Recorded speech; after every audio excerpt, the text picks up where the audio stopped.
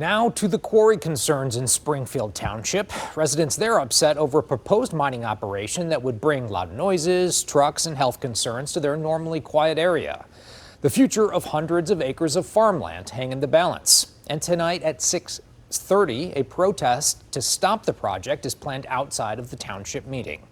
7 News Detroit reporter Darren Cunningham is in Springfield Township, where he spoke with residents outraged by the idea, as well as the company which says it follows regulations at every level. This sign expresses the sentiment many residents around the area share. They're opposed to a proposed gravel pit, and they say they're willing to put up a fight to keep it out of Springfield Township. In rural Springfield Township, there's an uproar concerning this land, nearly 500 acres of farmland.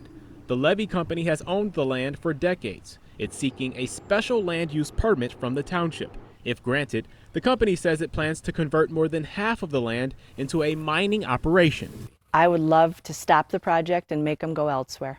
Amanda Grusin says that type of development is counterproductive to the peace she chose in buying her home and the land around it, about a quarter mile from the site. So she started an online petition at change.org that's garnered nearly 1,500 signatures so far. What are your specific concerns? The very serious consequences we're concerned about is our well water. We're all on wells out here. Our air quality, our traffic control. And property values. I was irate. I was absolutely irate. Stephanie Neha says she's also concerned about semis pulling out slowly onto Ormond Road, diesel exhaust, and silica dust. Silica is a known carcinogen. Chris Todd and his family live about 1,500 feet from the farmland. My family has owned this property since 1971.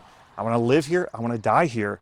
But I cannot have a company coming as my neighbor threatening to poison our air. And when it comes to individual concerns about be it air or water or sound or vibration, there are state regulations, there are federal regulations, there are local regulations. We follow every single one of those regulations. It's critical to us that the community feels comfortable with what we're doing. I spoke with Ruben Maxbauer, the director of the levee company, who says residents are welcome to take a tour and gain a better understanding. He said the company surveyed the land for sand and gravel in the 1970s and bought it in the 1980s, and that it's always been the plan to mine long term. If this special land use is not granted by the township, what would the company's next step be? So if we are not granted special land use right now, we will continue to farm the property as we explore our options for what we'll do next. Okay. Uncertain if the company will sue.